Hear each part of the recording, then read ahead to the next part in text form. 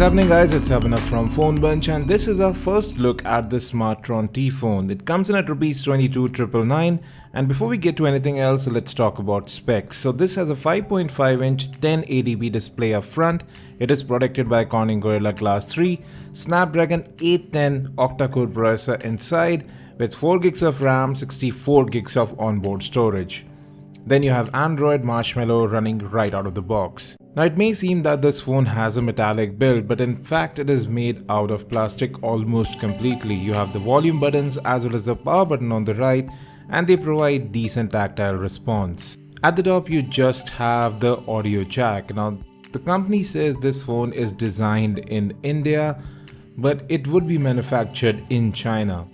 On the left of the device you have the SIM card slot. Now this is a hybrid SIM card slot where you can either use two separate SIM cards or one SIM card and one microSD card, but again there's plenty of storage here. Now you do have a USB Type-C port here and it supports fast charging for the 3000 mAh battery inside.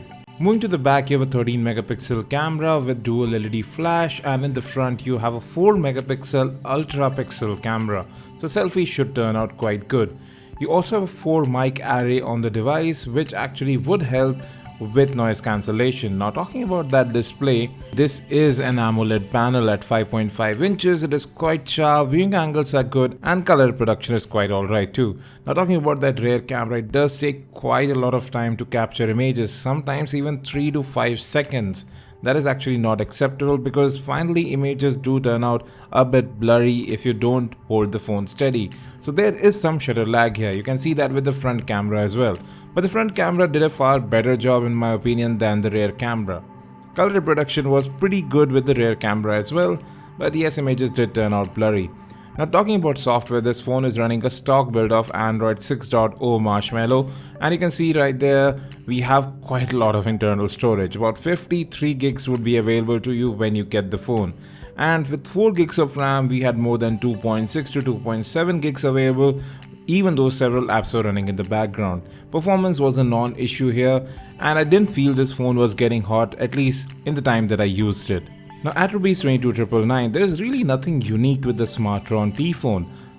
It looks decent, the build is nothing to write home about, the camera takes quite a long while to capture images, and well, there are actually far better options available in the market at this price point.